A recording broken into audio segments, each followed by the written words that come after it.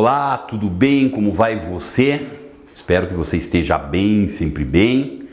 Estou aí novamente, vamos dar continuidade aos nossos estudos das chamadas fontes de energia, ver como é que está o quadro brasileiro, quais são algumas perspectivas que nós temos aí, né?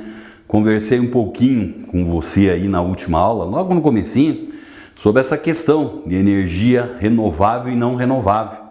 Então, nós vimos aí, através principalmente do quadro hidrelétrico brasileiro, já mostra uma face disso.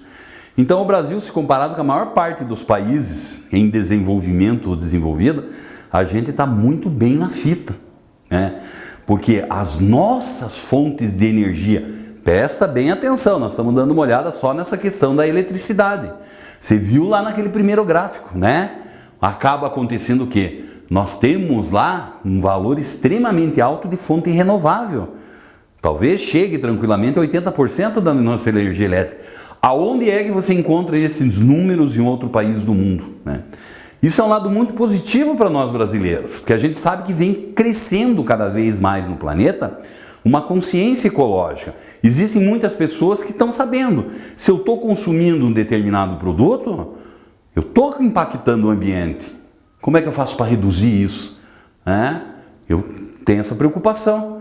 Então, uma das formas é você perceber como é que determinado produto foi produzido. Ele impactou muito ou impactou pouco? Ele foi produzido a partir de fonte renovável ou não renovável? Aí vai começar a se criar um mercado muito sensível. Muitas pessoas vão se dar o luxo, por assim dizer, de pagar mais caro por muitas mercadorias, desde que elas tenham essa consciência limpa, vamos dizer assim, né? Que elas estão trazendo o menor impacto possível para o planeta. Então, devido a isso, nós acabamos sendo o quê? Nós estamos ficando cada vez mais bonitão na fotografia quanto às fontes de energia. Então, na aula passada, nós vimos o quê? As hidrelétricas, essas maravilhas brasileiras, né? E daí já vimos que nós também tivemos que dar um peguinho ali aonde? Na termoelétrica, porque a situação não está tão fácil, também não está sobrando energia no Brasil, certo? Agora a gente vai continuar a dar uma olhada. As chamadas usinas hidrelétricas, elas estão assim mais ou menos com o seu potencial lá, quase se acabando, né? Hoje você, diferentemente do que acontecia no passado, por exemplo, quando a gente construiu uma hidrelétrica de Itaipu, vai lá, mete água em tudo, o povo que corra, a vegetação, e era assim. Hoje a gente já sabe que existe mais uma preocupação com o meio ambiente, não é mesmo? Então, você tem que ter um relatório dos impactos no meio ambiente, isso tem que ser aprovado por diversos órgãos e organismos do governo. Então, o projeto da hidrelétrica hoje é difícil, cada vez mais a gente procura o quê? As chamadas PCH, Pequenas Centrais Hidrelétricas, que segundo os estudiosos, elas vão apresentar o quê? Um impacto menor no meio ambiente. As termoelétricas nem fala, né? Infelizmente a gente tem que usar isso de forte impacto ambiental. Mas o que a gente percebe no Brasil é uma outra tendência nos dias de hoje, né? Nós estamos cada vez buscando mais formas da produção de fontes de energia alternativas que não seguem esses dois modelos do mundo inteiro, né? O modelo do mundo inteiro hoje é termoelétrica, alguns hidrelétricas, e como nós vamos ver daqui a pouco aqui, tem muitos países que estão produzindo a partir de usinas nucleares, tá? Então, só que no Brasil vem crescendo um outro tipo de atividade aí, né? Outras formas de produção de energia. Olha o que eu falava aí da nossa chamada energia nuclear. Então, nós temos aí Angra 1 e Angra 2 lá no litoral do Rio de Janeiro. Esse trem nunca funcionou direito. Isso aí foi uma ideia que nós tivemos durante o regime militar, que nós tínhamos que acompanhar a lógica dos grandes países do mundo, né? Se eles tinham essas grandes usinas aí, baseadas principalmente na produção a partir do núcleo do átomo lá, nós também temos que ter. Daí a gente criou esses dois monstrengos lá no litoral do Rio de Janeiro. Só que o começo já foi ruim. Quando a gente foi comprar os equipamentos para isso, a tecnologia para isso, a gente foi até uma empresa alemã chamada de Westinghouse. Eles pegaram, leva esse aqui. Já era lá todo o equipamento de tecnologia atrasada. Foi dando problema, e eu acredito, nunca mais tive notícias a respeito disso, que até hoje ainda estão rolando aí nos tribunais internacionais questões a respeito da aquisição dessas aí. Muita gente chama as usinas nucleares brasileiras de usinas vagalume. Uma hora funciona, outra hora apaga. Uma hora funciona, outra hora apaga. Então tem essa coisa aí que é muito forte também, beleza? Então é isso aí que nós encontramos. Não preciso nem dizer para vocês que isso aqui tem um impacto muito negativo se nós sofremos um determinado acidente ou coisa parecida. Isso pode trazer dificuldades e dificuldades muito grandes, certo? Olha lá, ó. Isso aqui é legal, gente. A nossa famosa energia eólica. Então, a energia produzida a partir do vento, tá? Isso aí nós temos o Parque Eólico em Parnaíba, no Piauí. Olha que beleza isso aí, né?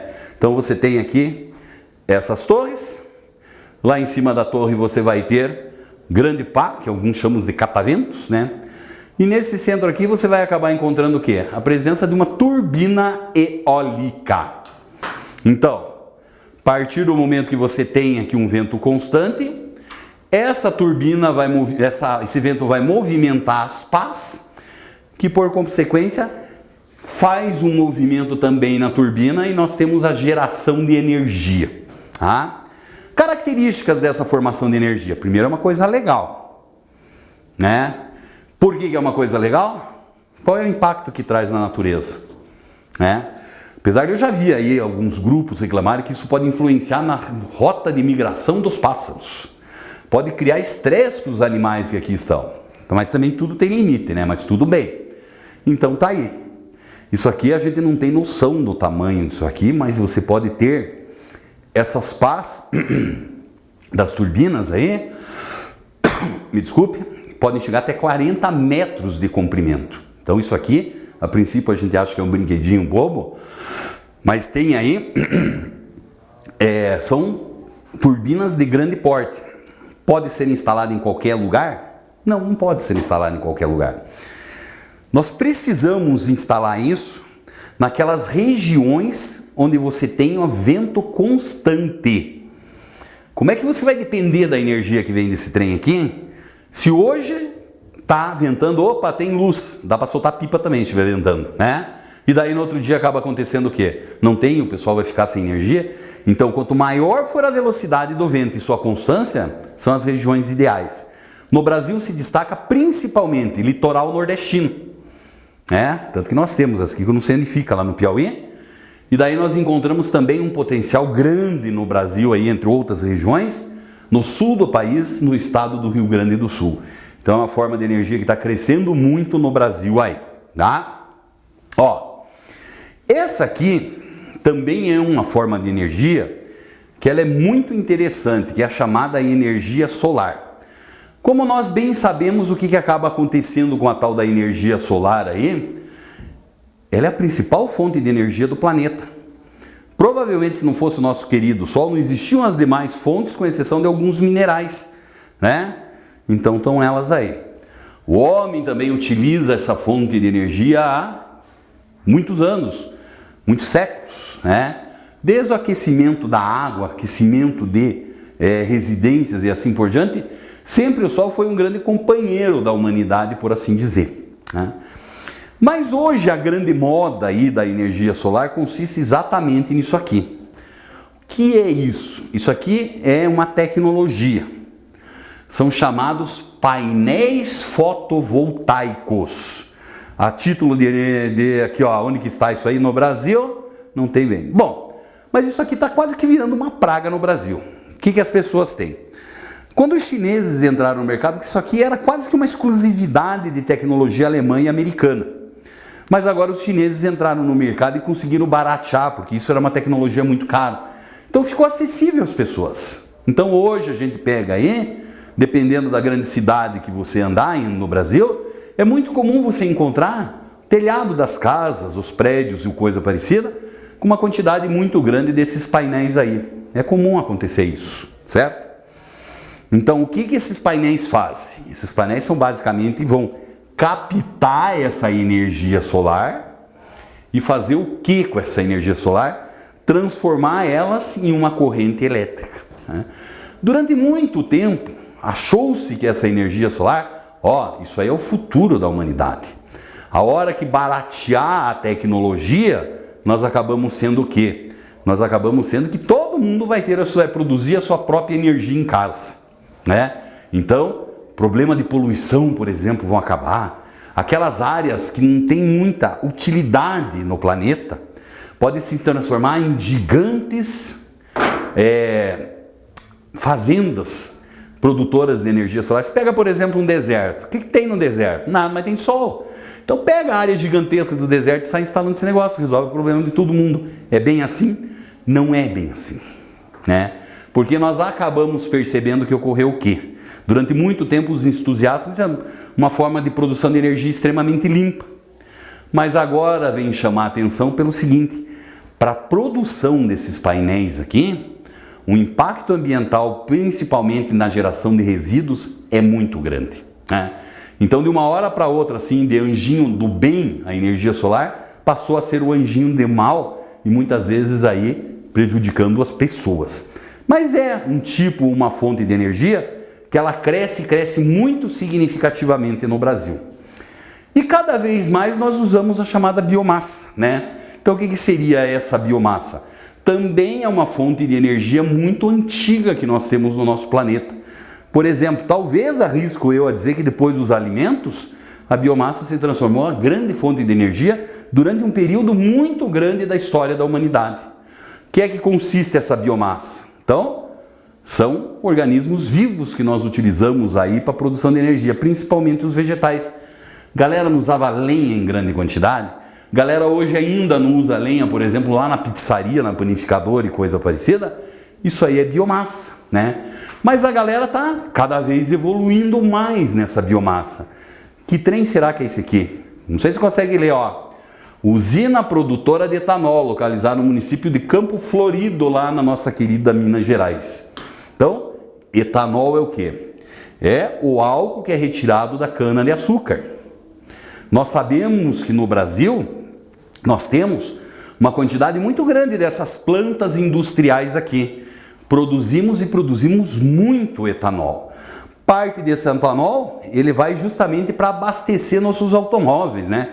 Hoje nós temos uma frota muito significativa aí desses automóveis que eles são movidos são geralmente os bicombustíveis, né? Pode ser o derivado de petróleo? Pode, mas o etanol entra na boa. Qual que é melhor? Se nós formos pensar do ponto de vista ambiental, o tal do etanol ele é muito melhor. Por quê? Ele não emite poluentes? Claro que ele emite poluentes também. Só que ele tem uma diferença. Quando você vai usar o petróleo e seus derivados, você vai lá, jogou, poluiu, tá lá a poluição. Cada vez vai aumentando mais essa poluição. Quando você usa etanol, você vai poluir. Mas o cara, quando vai produzir, vai plantar a cana-de-açúcar novamente, essa cana-de-açúcar ela tem que crescer para criar sua massa, não tem? E o que vai acontecer? Durante esse processo, essa planta vai praticar aquilo que é a separação, a fotossíntese. Retira lá o carbono do oxigênio, fica com o carbono e devolve. Então, ela vai reter parte da poluição que ela mesma emite. Então, é um negócio muito legal. No Brasil, por exemplo, a gente usa outras formas de biomassa, como, por exemplo, o biodiesel. É o diesel, um derivado de petróleo, onde você cada vez vai acrescentando quantidades maiores de diversos outros óleos naturais. Principalmente o óleo de mamona, e ele é muito utilizado no biodiesel brasileiro. Beleza? E agora o que fica para nós fecharmos bonitinho aí? Como sempre ocorre, você vai lá. Da página 765 em diante, existem aqueles exercícios que são chamados de complementares. Lembra lá? Faz. E se puder, faz todos, não só os complementares aí. Tudo bem? Tudo legal? Então tá bom. Um grande abraço para você.